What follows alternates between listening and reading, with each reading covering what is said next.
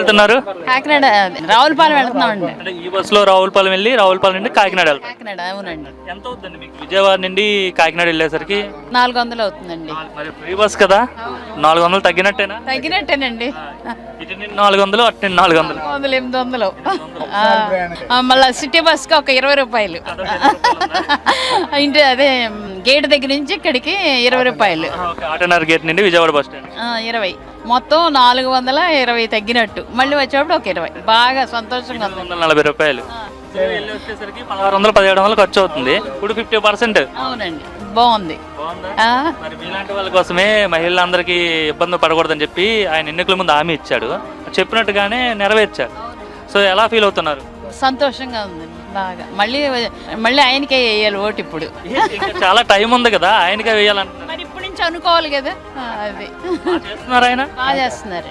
అదే మరి ఏం చెప్తారు ఒక మహిళగా? మరి ఇప్పుడు ఈ పథకం మీకోసం పెట్టారుగా, చంద్రబాబుకి ఏం చెప్తారు? థ్యాంక్స్ చెప్తామండి. మీరు చెప్పండి, ఎలా ఉంది? మహిళలకు ఫ్రీ బస్ పెట్టారు, మీరు ఏమైనా ఇబ్బంది పడుతున్నారా మహిళలకే పెట్టారని? ఏం లేదండి, ఏం లేదు, బాగా మంచిదా అంటారా మహిళలకు పెట్టడం? మంచిదే అండి. ఇది కాకుండా పర్వాలేదు, లేడీస్ గొప్పకొని ఎక్కడికైనా వెళ్ళాలన్నా వెనకాల వాళ్ళు వీళ్ళతో సంబంధం లేకుండా వెళ్ళడానికి ఈజీగా ఏర్పాట్లు చేసినట్టే కదా, బాగున్నాం. ఇంకా మహిళలు ఇబ్బంది పడకూడదని బస్సుల్లో సీసీ కెమెరాలు కూడా పెడతా అని చెప్పేసి చెప్పారు. ఇంకా మంచిదండి, ఇంకా ఎందుకంటే చాలా సెక్యూరిటీ కూడా ఉంటుంది, బాగానే మంచిదే.